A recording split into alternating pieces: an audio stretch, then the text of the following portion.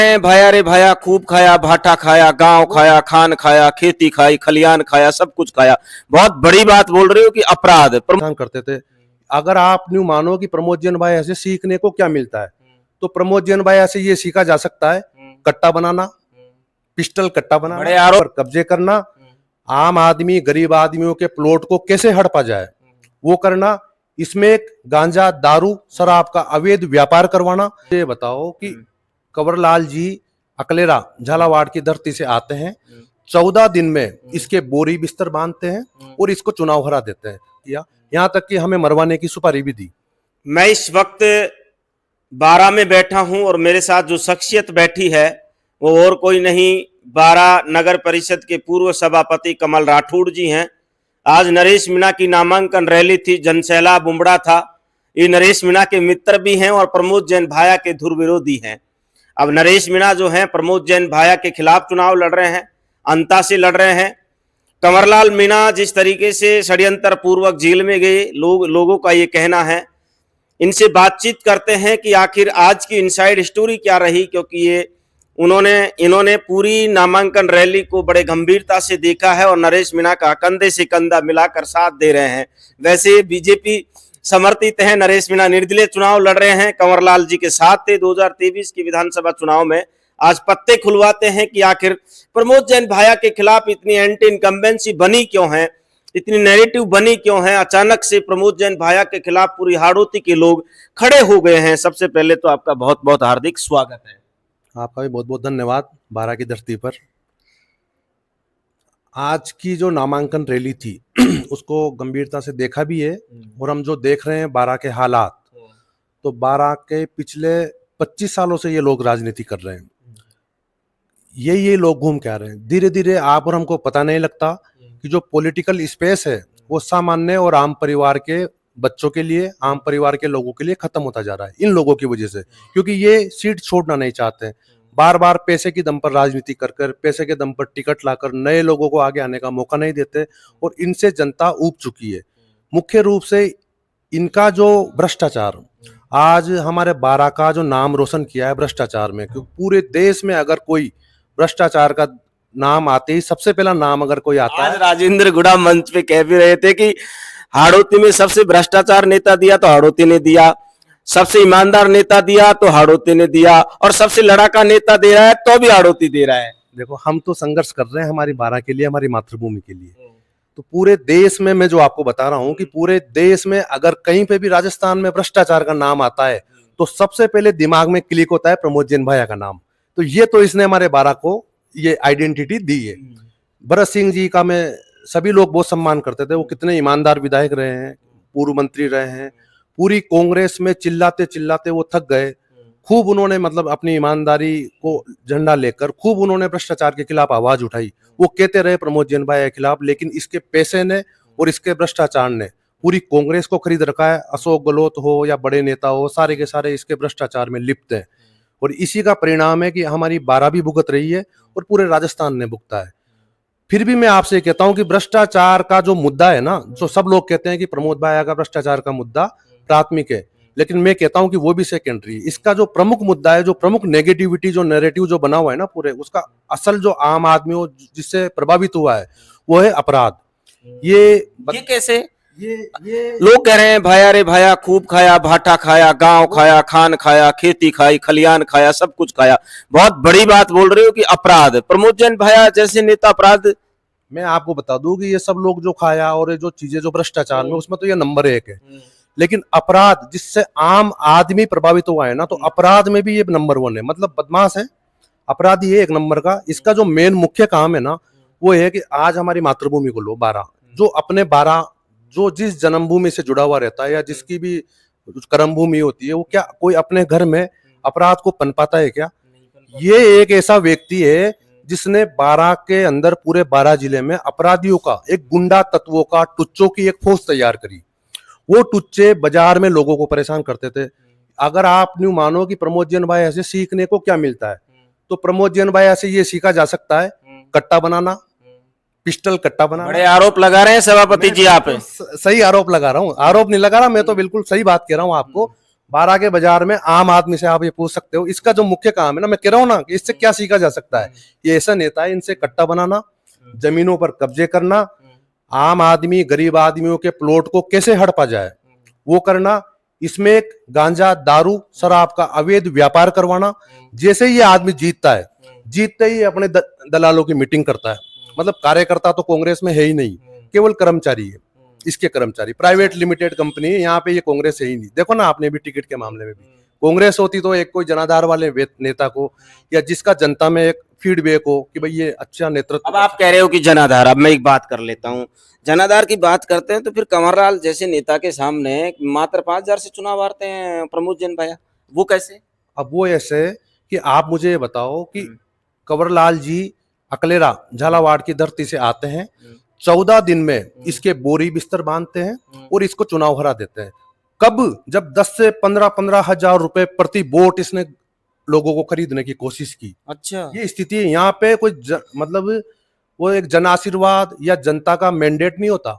यहाँ पे क्या होता है कि जो गरीब तबके के लोग हैं उनको किसी न किसी तरीके से गुमराह करके पैसे की राजनीति है। मतलब पहले यहाँ पे 12 में हमारे यहाँ पे रघुवीर सिंह जी कौशल, शिव नारायण जी नागर और ऐसे कई, देवीदत्त जी गाड़िया, मन से भी नाम सुन रहा था शिव नारायण। हाँ, ऐसे कई ईमानदार नेता हुए हैं जिनकी शक्ल देख के, और जो जब सामने खड़े रहते थे तो लोगों में ये लगता था कि ये कोई व्यक्तित्व है, मतलब ये कोई नेता है। लेकिन उन सबकी राजनीति को खत्म इसने किया, इस आदमी ने, पैसों के दम पे लोगों को गुमराह करके पैसा बांटना, तोड़िया बांटना, साड़ियां बांटना, ये सारे मतलब कुकृत्य करके राजनीति में इसने राजनीति को धंधा समझ लिया। लोगों के जमीर को खरीदना, मतलब राजनीति को एक तरह से राजनीति का व्यवसायीकरण करके राजनीति को भी गंदा कर दिया। 12 में मैं आपको जो बता रहा हूँ, कहना चाह रहा था कि अपराध 12 के लोगों ने भोगा है। मैं भ्रष्टाचार को तो दूसरा बता रहा हूँ, इसका दूसरा अवार्ड। पहला मामला है अपराध। मैं कह रहा हूं आपसे कि 12 में गुंडों की एक फौज जो 12 की जनता को परेशान करे, लोगों की जमीनों पर कब्जे करना, कोई की जमीन खरीदनी है तो उस पर दबाव बनाना, लोगों के प्लाट हड़पना, फर्जी एग्रीमेंट बना के सत्ता के दम पे, पुलिस के दम पे इन लोगों ने कई 12 के लोगों के प्लॉटों को आधी कीमतों में खरीदा है। इनके पास ऐसे ऐसे योद्धा टुच्चों की एक गैंग थी जिनके नाम लूंगा तो वो मेरे स्तर के नहीं है, लेकिन 12 का आमजन जो प्रमोद जैन भाया से परेशान है उसके पीछे है इसका अपराध। एक सवाल और कर लेते हैं कमल राठौड़ जी, आप 2.5 साल तक कांग्रेस से सभापति रहते हैं। मैं 12 में अभी कल भी था, परसों भी था, 3 दिन से मैं 12 में हूँ। हर सर्किल पे देख रहा हूँ, कहीं सर्किल अच्छी है, कहीं लाइटें लग रही हैं। पहले 12 में ऐसा नहीं देखा जाता था। इसका परिणाम ये मिला कमल राठौड़ को कि 2.5 साल में जेल जाना पड़ा, 6 महीने की जेल काट कर आते हैं, या फिर प्रमोद जैन भाया से और कोई लड़ाई थी या राजनीतिक दुश्मनी थी? देखो यहाँ क्या दिक्कत है कि प्रमोद जैन भाया ने 12 की राजनीति को अपने घर की जागीर समझ रखा है। उसकी ये सोच है कि मैं, मेरी पत्नी और मेरा बेटा बस राजनीति यही करेंगे, दूसरा कोई आम परिवार, सामान्य परिवार का कोई भी व्यक्ति राजनीति में नहीं आएगा तो या तो उसकी गुलामी करो, मतलब खुद के वे उससे कोई काम नहीं कराए। उसकी समस्या क्या होती है कि वो लोगों को गुलाम बना के रखना। यहाँ पे लोगों के काम नहीं होने चाहिए। 12 ऐसी की ऐसी पड़ी थी। 2018 तक 12 में जो सूर्य के बल्ब आते थे ना, वो बल्ब खम्भों पे लटके हुए रहते थे। हमने सारी चीजों को अच्छा किया।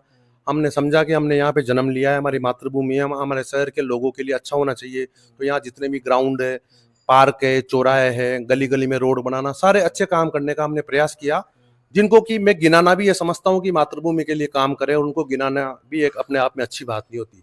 तो 2.5 साल जो हमने काम किया, उस काम से जो जन आशीर्वाद हमें मिला, जो लोगों की हमारे प्रति सद्भावनाएं हुई, उस चीज से चिड़ में आके, क्योंकि इनकी तो यही सोच है कि भाई मैं और मेरा परिवार ही राजनीति में रहेगा, बाकी दूसरे रहेंगे नहीं। तो इस वजह से इन्होंने हमको इतने अनगिनत अत्याचार हम पे भी किए, हम पर कई मुकदमे लगाए, मेरे साथियों के मकान तोड़े, मेरे मकान तोड़ दिए, हमारे प्रतिष्ठान, पेट्रोल पंप, हर जगह, मतलब जो फिल्मों में बताते ना कि एक तो मतलब गंदी राजनीति इन्होंने करने का प्रयास किया। यहाँ तक कि हमें मरवाने की सुपारी भी दी प्रमोद जैन भाया ने। बिल्कुल, उसका रिकॉर्ड है, मुकदमा दर्ज है, उसका रिकॉर्ड है। ये जो श्योपुर के, एमपी के कई तरह के जो बदमाश होते थे, वो इसके मंत्री काल में इसके घर पर आकर फरारी काटते थे। ये मैं बिल्कुल आपको तथ्यात्मक और स्पष्ट वो तथ्य बता रहा हूँ जो 12 के पब्लिक को सबको पता है। यानी लूट डकैती, ये जो कमीशन लेना, पुलिस वालों से भी जो बंदी लेता हो, उसका नाम है प्रमोद जैन भाया। अब आप सोचो, जो पुलिस से बंदी लेता हो, अधिकारियों से बंदी लेता हो, तो वो अधिकारी पैसा कहां से लाएगा? वो जनता का खून चूस के ही पैसा लेगा। ये स्थिति भाया की राजनीति की। और वो तो राठौड़ ने राठौड़ी दिखाई या फिर झुक गए प्रमोद जैन भाई? झुकने का तो देखो, डरता मैं किसी से भी नहीं, राजनीति में तो या व्यक्तिगत स्तर पे भी किसी से डरने का काम ही नहीं है। हमारे माताजी ने हमको सिखाया है नहीं डरना, हमने मजबूती से इसका सामना किया, इसके गलत कामों का विरोध हमने किया, आज तक कर रहे हैं, जीवन भर करेंगे। देखो, हमारे शहर के प्रति, हमारे घर के प्रति, हमारे जिले के प्रति हमारी जिम्मेदारी बनती है, और राजनीति में अगर हम जैसे लोगों को भी हिम्मत अगर नहीं होगी तो कौन बोलेगा। यहाँ की स्थिति यह है कि कई लोगों को बेचारों को दबा रखा है, किसी को व्यापार के नाम पे नुकसान पहुंचाते हैं, जैसे हमें भी पहुंचा है, लेकिन हमने झुकना पसंद नहीं किया। चाहे नुकसान हो गया, बर्बाद हो गया, और आगे भी भले हो जाएंगे, लेकिन राजनीति में जो सही होगा, जो सत्य होगा, उसके साथ खड़े रहेंगे, और जो गलत होगा उसका विरोध करेंगे। अब नरेश मीणा की आज की इनसाइड स्टोरी पर आ जाते हैं। आपको क्या लगता है कि अब नरेश मीणा ने आज की नामांकन रैली को देखकर, भीड़ को देखकर, क्या प्रमोद जैन भैया की नींद उड़ेगी या नरेश मीणा जीत की ओर अग्रसर होंगे? देखो, प्रमोद जैन भैया टिकट मिला हो या टिकट के पहले से भी दौड़ में कहीं नहीं है। 2023 के चुनाव में प्रमोद जैन भैया के 50 से 60-70 करोड़ रुपए इसने चुनाव में खर्च किए। जिस तरह से जनता ने नकार दिया और कंवरलाल जी को जिताया, तो जनता के सामने वो तो बिल्कुल एक पिटी पिक्चर होती है ना, उसका तो कोई रेस में ही नहीं है। जो मुकाबला रहेगा वो नरेश जी और बीजेपी के प्रत्याशी के बीच में रहेगा, क्योंकि जो प्रमोद जैन भैया को वोट देगा, जिसको अपने बच्चों की हत्याएं करवानी हो, जिसको अपने गांव, अपने शहर में स्मैक बिकवानी हो, नई पीढ़ी को बिगाड़ना हो, जिसको अपने शहर को, अपने गांव को अपराध की ओर धकेलना हो, जमीनों पर कब्जे करवाना होगा, वही लोग उसको वोट देंगे जो आंखों, क्योंकि उसको सब जान चुके हैं। अब आप बताओ मुझे, 25 सालों में तीन बार विधायक रह लिया, 2 बार मिनिस्टर रह लिया, मंत्री, और 2 बार विपक्ष में रह लिया। न तो पक्ष की भूमिका निभा पाया, न विपक्ष की भूमिका निभा पाया। ये उसकी स्थिति है, क्योंकि जनता जान चुकी है। ये कहा जा सकता है कि अब मैं ये बात सवाल करूंगा, कंवर लाल मीणा जो हैं वो जेल क्यों गए? फिर उनकी सत्ता थी, उसी सत्ता के बीजेपी के विधायक थे, बीजेपी की सरकार है। हमारे 12 जिले में जो लोगों को और कार्यकर्ताओं को तो पाठ पढ़ाया जाता है विचारधारा के नाम पे, यहाँ के नेताओं की कोई विचारधारा नहीं है। यहाँ क्या है, बीजेपी और कांग्रेस के सब लोग मिले हुए हैं। अब जब नेताओं की विचारधारा नहीं है, कंवरलाल जी मीणा विधायक, मैंने मेरे जीवन में राजनीति में कई लोगों को देखा है, कंवरलाल जी जैसा ईमानदार विधायक, जिन्होंने 12 में आकर इस बुराई के खिलाफ, बाया की कुरीतियों के खिलाफ, गलत लोगों के खिलाफ मजबूती से आवाज उठाई, जनता को एक मजबूत दबंग आवाज दी। ऐसा व्यक्ति आज जेल की सलाखों में, और एक कैसे मामले में, धरने प्रदर्शन, जनता के लिए खड़े होने के मामले में जेल में है। और जिस व्यक्ति को जेल में होना चाहिए, असंख्य घोटाले, अनगिनत अत्याचार, अनगिनत अपराध करने के बावजूद वो चुनाव लड़ रहा है। कारण, क्योंकि कोटा के हमारे एक नेताजी भारतीय जनता पार्टी के, उनकी और इनकी साठगांठ है। ये बिजनेस पार्टनर है आपस में। मैंने आपको बताया ना, पैसों की राजनीति ये लोग करते हैं, तो इन्होंने बिजनेस भी साथ में कर रखे हैं। जब बीजेपी का गवर्नमेंट आती है तो वो इनको प्रोटेक्ट करते हैं, कांग्रेस की गवर्नमेंट। कौन से नेता हैं हाड़ौती में बीजेपी के जो प्रमोद जैन भैया को प्रोटेक्ट करते हैं? छबड़ा से हमारे प्रताप सिंह सिंघवी बिल्कुल प्रमोद भैया के मित्र हैं, और उनके कहने पे ही काम करते हैं। गुलाम भी समझ सकते हैं प्रताप सिंह सिंघवी को। ओम भैया का बिल्कुल भैया का गुलाम, उनके बताए अनुसार काम करते हैं। वो कोई कागज दे देते हैं तो उसी को जाके सीएमओ में दे देते हैं, सीएमओ से इनको प्रोटेक्ट करवाते हैं। इवन प्रमोद जैन भैया के जो गुंडे जो फरार थे ना, उन फरार गुंडों ने अगर फरारी काटी, प्रताप सिंह सिंघवी के घर में काटी। एक तरफ तो भारतीय जनता पार्टी के लोग आईजी को ज्ञापन दे रहे हैं कि भाई और भाया के गुंडों को गिरफ्तार करो, और एक तरफ प्रताप सिंह सिंघवी के घर में वही लोग फरारी काट रहे हैं। इससे बड़ा क्या होगा? ओम बिरला को ले लो, ओम बिरला और प्रमोद भाया ये आपस में बिजनेस पार्टनर है। बूंदी में कोई फैक्ट्री, बायोडीजल की फैक्ट्री वगैरह ये सब भी ये बना रहे। अच्छी बात है, बिजनेस पार्टनर होने चाहिए, लेकिन विचारधाराएं देखो आप, अलग अलग विचारधाराएं होने के बावजूद कार्यकर्ता को और जनता को तो ये गुमराह करते हैं पार्टियों के नाम पे। बीजेपी वाले बीजेपी के भाषण देंगे, कांग्रेस वाले कांग्रेस के भाषण देंगे, और आपस में ये लोग एक है। आज ये लोग अगर बाहर घूम रहे, प्रधानमंत्री मोदी जी आए थे कंवरलाल जी की चुनाव में, उन्होंने जनता से, 12 के जिले को जनता खुद ने उन्होंने कहा कि खाया रे खाया, खूब खाया, एक गांव तो पूरा खाया, और 1 महीने में हम कार्रवाई करेंगे। अब आप मुझे बताओ, किरोड़ी लाल जी मीणा ने चुनावों के पहले में प्रेस कॉन्फ्रेंस करके 66,000 करोड़ के खान घोटाले का आरोप लगा के ईडी में शिकायत की थी, और कहा था कि ईडी में शिकायत दर्ज हो गई। कहां गई वो शिकायत?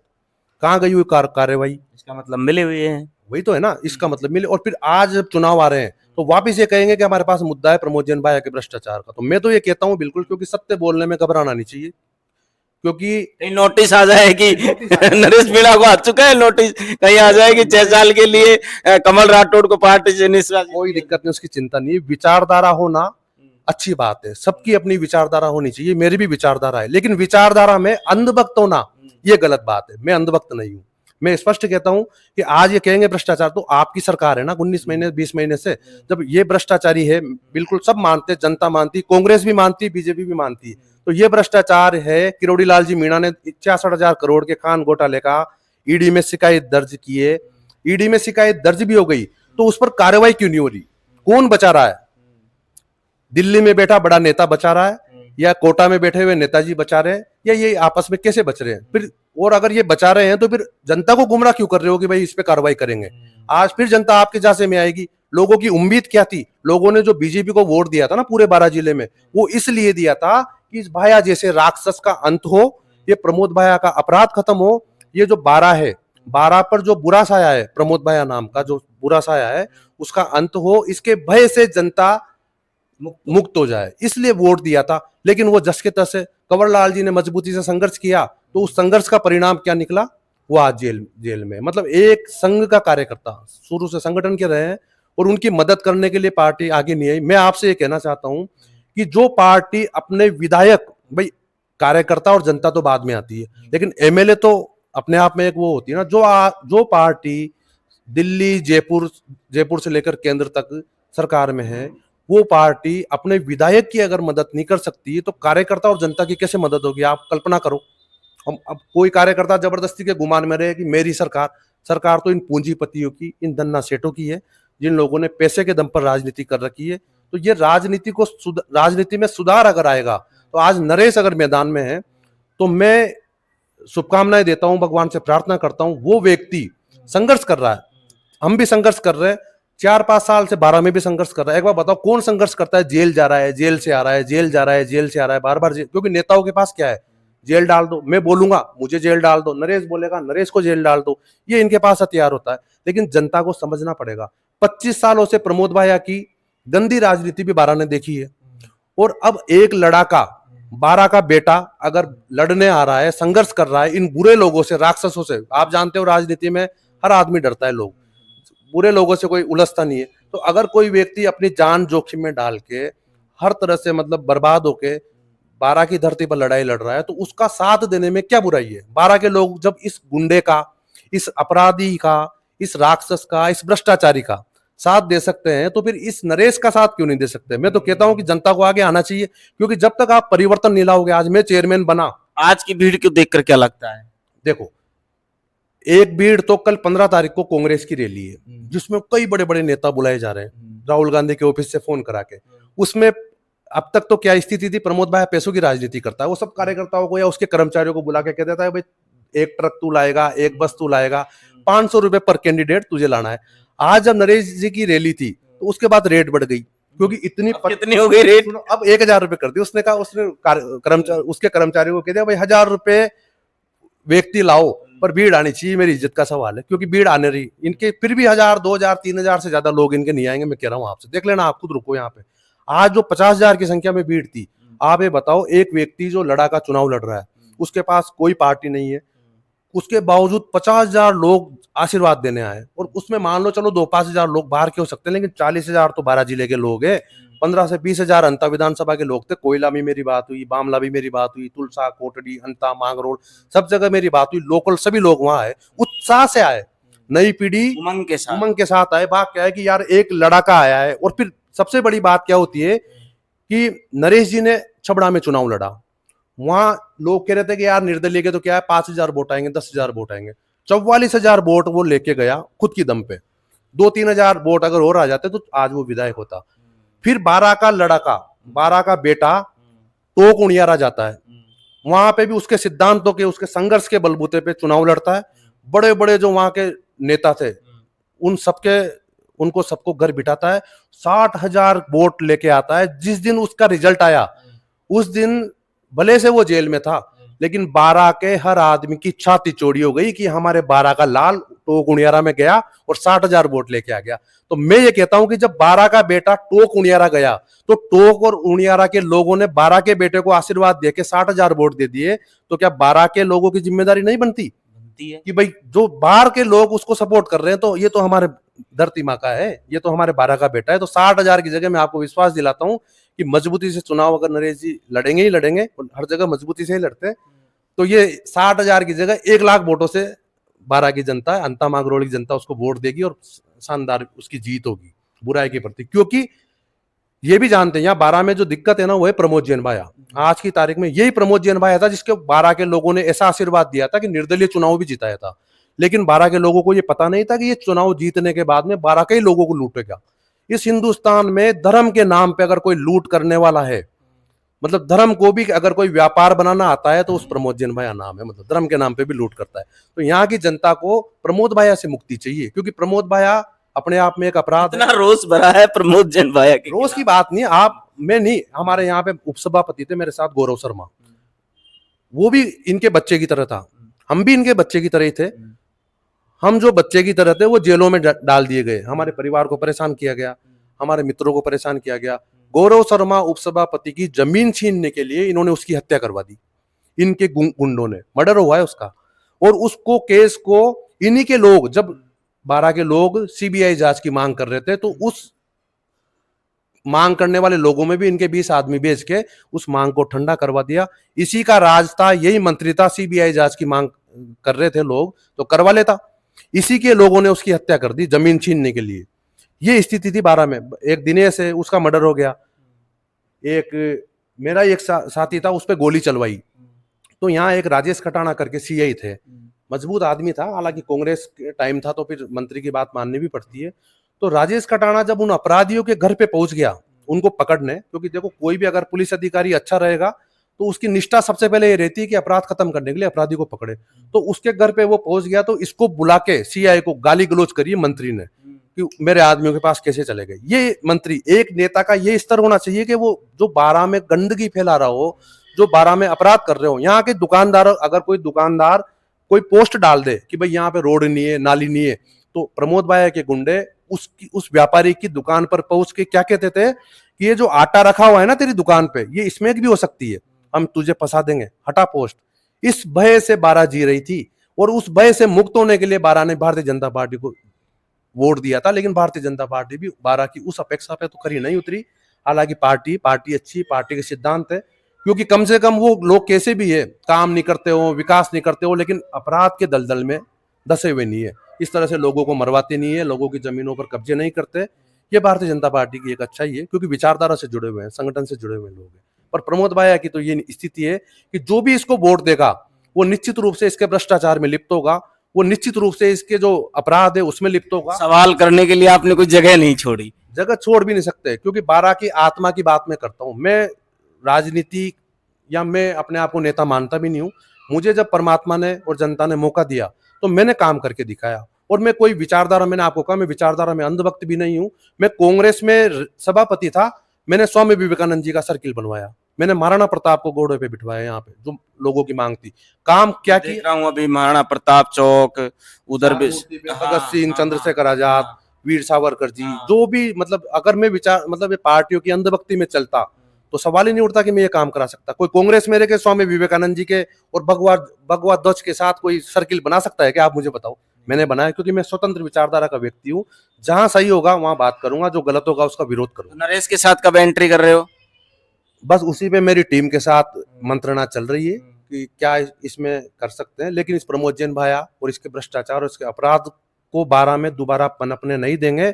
और बारां की जनता पर और इस पूरे जिले में आप पूछ लेना, जनता का इतना तो मेरे प्रति सद्भावना और अपनापन है कि मैं अगर कहूंगा, निवेदन करूंगा तो मेरी बात वो सुनते हैं।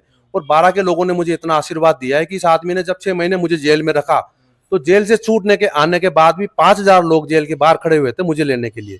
बारां के ही लोग थे, मतलब उन्होंने कहीं नहीं माना। इसने कई तरह के मुझ पर आरोप लगाए, फर्जीवाड़े के, कई तरह के आरोप लगा के, झूठे केस लगा के, पुलिस का दुरुपयोग करके हम लोगों को जेल भेजा। लेकिन बारां की जनता ने मुझे बिल्कुल सर आंखों पे रखा है। और मैं बारां जिले का मान कभी कम नहीं होने दूंगा।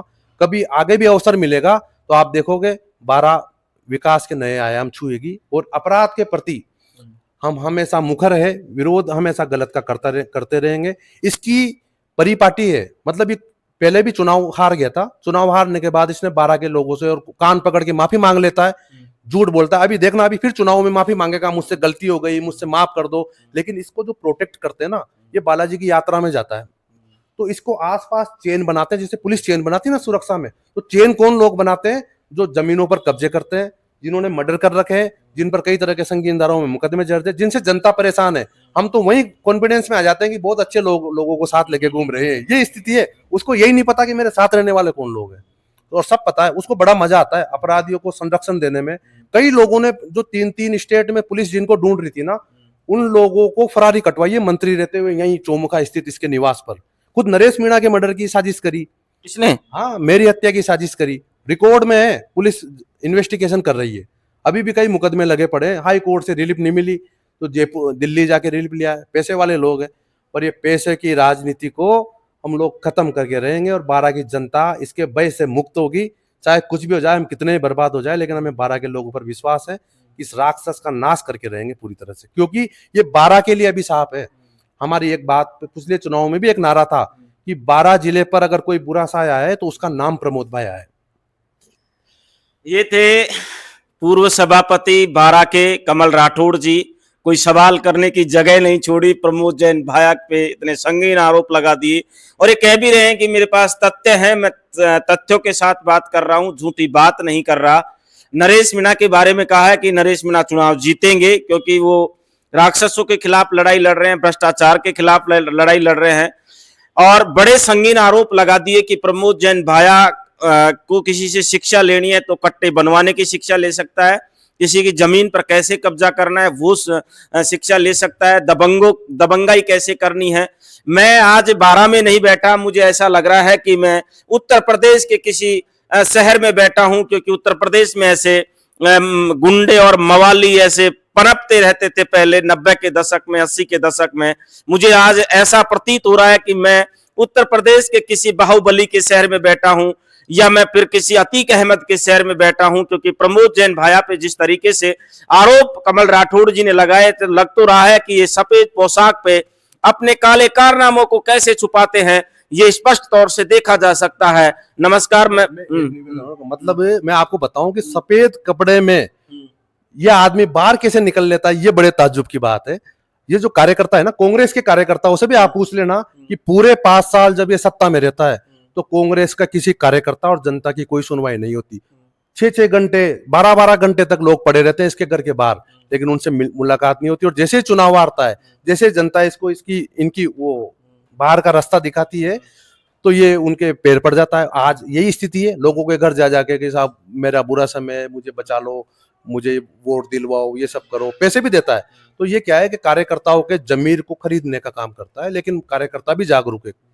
जनता तो दूर की बात है, जनता तो हमारे बारां की इतनी जागृत हो चुकी है कि वो, मैं कह रहा हूं आपसे, तीसरे नंबर पे जाएगा प्रमोद जैन भाया। इसका कोई, मैंने कहा ना कि जो भी लोग इस प्रमोद जैन भाया को अच्छे से जान गए, समझ चुके हैं बारां के सब लोग, तो उनके मन की अंतरात्मा से पूछ लो कि इसको वोट वही लोग देंगे जो इसके भ्रष्टाचार में लिप्त है। क्योंकि प्रमोद जैन भाया के पास 10-12 लोगों की एक टीम है, वो सब लोग मतलब जबरदस्ती उनको नमस्कार करो, जबरदस्ती उनको मालाएं पहनाओ। गुलामी की राजनीति से आजाद होना है और भय की राजनीति से, भय के माहौल से अगर आजाद होना है तो बारां के लोगों को जागरूक तो रहना ही पड़ेगा। और उनको इस प्रमोद जैन भाया जैसे, देखो प्रमोद भाया जैसे और भी लोग अगर राजनीति में आते हैं गलत लोग, तो उनको हटाना जिम्मेदारी बनती है। क्योंकि दिवाली आ रही है, तो दिवाली में जिस तरह से हम घर की सफाई करते हैं कि घर में लक्ष्मी का वास हो, समृद्धि आए, तो ये दिवाली इसलिए आई है कि बारां जिले के पास एक और अवसर आया है कि वो इस बारां जिले की जो गंदगी है प्रमोद भाया नाम की, उसको झाड़ू मारकर घर से बाहर निकाले, ताकि बारां जिला भी समृद्ध हो और बारां जिले में भी लक्ष्मी का वास हो। फिर कहूंगा इस बात को, मुझे लग रहा है कि मैं किसी अतीक अहमद के इलाके में तो नहीं आ गया, क्योंकि अन्नपूर्णा की धरती है ये बारां जिले की। कहा जाता था कि हाड़ौती बहुत शांत इलाका है, लेकिन जिस तरीके से मैं आज इनसे बात कर रहा हूं, लग रहा है कि वो मुझे अतीक अहमद का इलाहाबाद याद आ रहा है कि उनके इलाके में तो नहीं आ गया। अगर ऐसा ही बात है तो फिर प्रमोद जैन भाई कह रहे कि तीसरे नंबर पर जाएंगे भ्रष्टाचार। और हाँ, अंता की ये कह रहे हैं कि अंता की जनता को अगर बदला लेना है, रावण का राक्षस का वध करना है, तो फिर दीपावली आ रही है, उसका अंत कर दीजिए। नमस्कार, मैं वीरेंद्र पवार, आप देख रहे हैं द लोक सदन बारां से।